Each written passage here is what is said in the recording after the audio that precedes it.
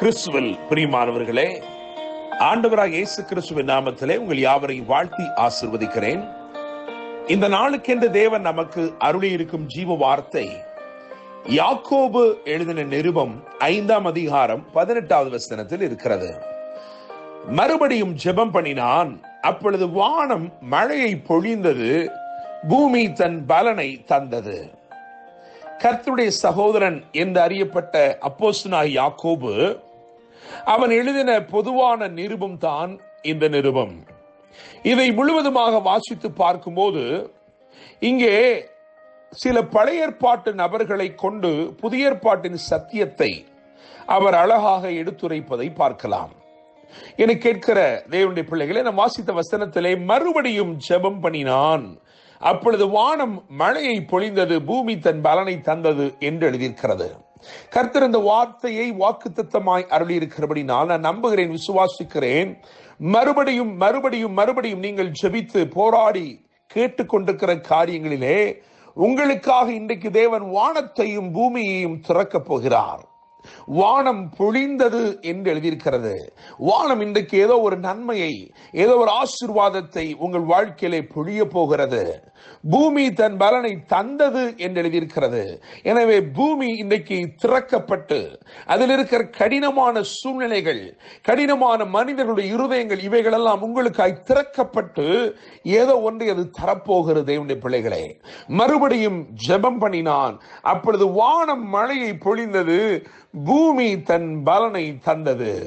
என கேட்கிற தேவனுடைய பிள்ளைகளே, இந்த புஸ்தகத்தை வாசித்து பார்க்கும் பொழுது 5 பழைய ஏற்பாட்டு நபர்களின் பெயர்கள் இங்கே சொல்லப்பட்டிருந்தாலும் அதிலே 4 நபர்களை திருஷ்டாந்தப்படுத்தி முக்கியப்படுத்தி அவர்களின் வார்த்தைகள், அவர்களின் வாழ்க்கை இவைகளை எடுத்துரைத்து அதன் மூலமாக ஒரு புதிய ஏற்பாட்டு சத்தியத்தை அல்லது அவர் விரும்புகிற அல்லது தேவன் அவருக்கு அருளி இருக்கிற சத்தியத்தை உறுதிப்பட தெரிவிக்கிறதை நாம் இங்கே கவனிக்கலாம். எனவே நான் அந்த 4 நபர்களையும் குறித்து ஒரு சில காரியங்களை சொல்லி இந்த நாளிலே நான் முடிக்க விரும்புகிறேன். முதலாவதாக, விசுவாசத்தினாலே சிநேகிதன் என்று அறியப்பட்ட ஆபிரகாம். 2ஆம் அதிகாரம், அதாவது யாக்கோபு 2ஆம் அதிகாரம் 23ஆம் வசனத்தை கவனிக்கும் பொழுது சிநேகிதன் என்று அறியப்பட்ட ஆபிரகாம். இந்த நாளிலே தேவன் உங்களை பார்த்து சொல்லுகிறார், இன்று தேவன் உங்களோடு கூட உறவாட விரும்புகிற ஒரு நாளாய் இந்த நாள் இருக்கிறது. ஆபிரகாம் சிநேகிதன் என்று அறியப்பட்டான். அவன் தேவனை நேசித்தான், தேவன் அவனை நேசித்தார்.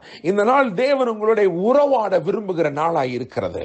இரண்டாவதாக, 2ஆம் அதிகாரம் 25ஆம் வசனத்தை பார்க்கும் பொழுது அங்கே ராகாபை குறித்து எழுதியிருக்கிறது. விசுவாசத்தினாலே சேதமடையாத ராகாப். எபிரேயர் 11:31 வாசித்துக் கொள்ளுங்கள், அங்கும் இந்த காரியம் சொல்லப்பட்டிருக்கிறது. எனவே சிநேகிதனாய் அறியப்பட்ட ஆபிரகாம், சேதமடையாத ராகாப். எனவே இன்றைக்கு நான் உங்களை பார்த்து சொல்கிறேன், இந்த நாள் முழுவதும் தேவனுடைய பாதுகாப்பு உங்களோடு இருக்கிறபடினாலே நீங்கள் எவ்விதத்திலும் நீங்கள் சேதமடைய போவதில்லை. மாத்திரமல்ல, ராகாபை குறித்து தியானிக்கும் பொழுது அவள் தேவ திட்டத்தோடு இணைத்துக் கொள்ளப்பட்ட, சேர்த்துக் கொள்ளப்பட்டவளாய் இருக்கிறாள். இன்றைக்கு தேவன் உங்களுக்காய் வைத்திருக்கிற பெரிய திட்டங்களோடு தேவன் உங்களை சேர்த்துக் கொள்ளுகிறவராய் இருக்கிறார். அது மாத்திரமல்ல, உங்களை சேதமடையாமல் காப்பாற்றுகிறவராய் இருக்கிறார். மூன்றாவதாக நாம் வரும் பொழுது 5ஆம் அதிகாரம், யாக்கோபின் புஸ்தகம் 5ஆம் அதிகாரம் 11ஆம் வசனத்திலே அங்கே யோபை குறித்து தியானிக்கிறோம். யோபை குறித்து தியானிக்கிறோம். கர்த்தருடைய செயல்களை கண்ட யோபு என்று நான் எழுதி வைத்திருக்கிறேன். காரணம், இங்கே சொல்லப்பட்ட வசனத்தை கவனிங்கள். யாக்கோபு 5:11, இதோ பொறுமையாயிருக்கிறவர்களை பாக்கியவான்கள் என்கிறோமே, யோபின் பொறுமை குறித்து கேள்விப்பட்டிருப்பீர்கள், கர்த்தருடைய செயலின் முடிவையும் கண்டிருக்கிறீர்கள் என்று எழுதியிருக்கிறது. கேள்விப்பட்டிருக்கிறீர்கள், கண்டிருக்கிறீர்கள், கர்த்தருடைய செயலின் முடிவையும் கண்டிருக்கிறீர்கள். எனவே இங்கே யோபு கர்த்தருடைய செயல்களை கண்டான். நீங்கள் யோபின் புஸ்தகம் 42:11 வாசிக்கும் பொழுது, அப்பொழுது அவனுடைய எல்லா சகோதரரும் சகோதரிகளும் அவனுக்கு அறிமுகமான அனைவரும் அவனிடத்திலே வந்து அவன் வீட்டிலே அவனோட போஜனம் பண்ணி, கர்த்தர் அவன் மேல் வரப்படின சகல தீங்கு நிமித்தம் அவனுக்காக அங்கலாய்த்து அவனுக்கு ஆறுதல் சொல்லி, அவரவர் ஒவ்வொரு தங்க காசையும் அவரவர் ஒவ்வொரு பொன் ஆபரணத்தையும் அவனுக்கு கொடுத்தார்கள். கர்த்தருடைய செயல்களை கண்டீர்களா? ஆண்டவருடைய செயல் என்ன செய்ததென்றால், அவனை விட்டு சென்ற எல்லாரையும் திரும்ப கொண்டு வந்தது. என்னை கேட்கும் தேவனுடைய பிள்ளைகளே, நான் நம்புகிறேன், விசுவாசிக்கிறேன், உங்களுக்கு தங்களை தூரமாக்கி கொண்டவர்கள் சகோதரராய் இருக்கலாம், சகோதரிகளாய் இருக்கலாம், உங்களை சிநேகித்தவர்களாய் இருக்கலாம், அவர்கள் எல்லாரையும் தேவன் திரும்பமாய் கொண்டு வரப்போகிறார். கர்த்தருடைய செயல் எப்படி முடிந்தது என்று சொன்னால், அவன் இழந்த எல்லாவற்றையும் இரட்டிப்பாய் பெற்றுக் கொண்டான். எனவே நான் இந்த நாளிலே உங்களை பார்த்து சொல்கிறேன், அவருடைய சிநேகம் உங்களுக்கு கிடைக்க போகிறது.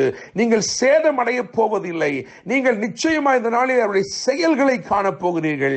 கடைசியாக நான் சொல்ல விரும்புகிறேன், எலியாவை குறித்து எழுதியிருக்கிறது 5ஆம் அதிகாரத்திலே நீங்கள் வாசிக்கும் பொழுது 17ஆம் வசனம் மற்றும் 18ஆம் வசனத்திலே எலியாவை குறித்து எழுதப்பட்டிருக்கிறது. சுழல் காற்றிலே ஏறி போன எலியா என்று சொல்லும்படி விரும்புகிறேன். அதன் அர்த்தம், அவன் சகலவற்றையும் வென்று விட்டான். அவனுக்கு விரோதமாக எழும்பின எல்லா சவால்களையும் அவன் ஜெயித்து விட்டான். தேவனுடைய பிள்ளைகளே, ஒன்றும் அவனுக்கு விரோதமாய் எழும்பி நிற்க முடியவில்லை. சகலவற்றையும் அவன் ஜெயித்து விட்டான். எல்லா சவால்களையும் மேற்கொள்ளும்படி தேவன் கிருபை செய்தார். 4 காரியங்களை உங்களுக்கு முன்பதாக வைத்திருக்கிறேன். முதலாவதாக, அவருடைய சிநேகத்தை, அவருடைய நேசத்தை பெற்றுக்கொண்டு அவரோட உறவாடப் போகிறீர்கள். இரண்டாவதாக, அவருடைய பெரிய திட்டத்திலே உங்களை சேர்த்துக் கொள்கிறார். நீங்கள் சேதமடையாதபடிக்கு காத்துக் கொள்கிறார். உங்களுக்கு எந்த தீமையும் வராது, தீங்கு அணுகாது. தேவனுடைய பிள்ளைகளே, மூன்றாவதாக, சிறப்பான இரட்டிப்பான சுதந்திரத்தை பெறப்போகிறீர்கள். அவருடைய செயல்களை காணப்போகிறீர்கள். நான்காவதாக, சகலவற்றையும், சகல சூழ்ச்சிகளையும், சகல சவால்களையும் வென்று எலியாவை போல் மகிமையாய் பிரகாசிக்க போகிறீர்கள். இந்த வார்த்தைகள் மூலமாய் கர்த்தர் தாமே உங்களை ஆசீர்வதிப்பாராக.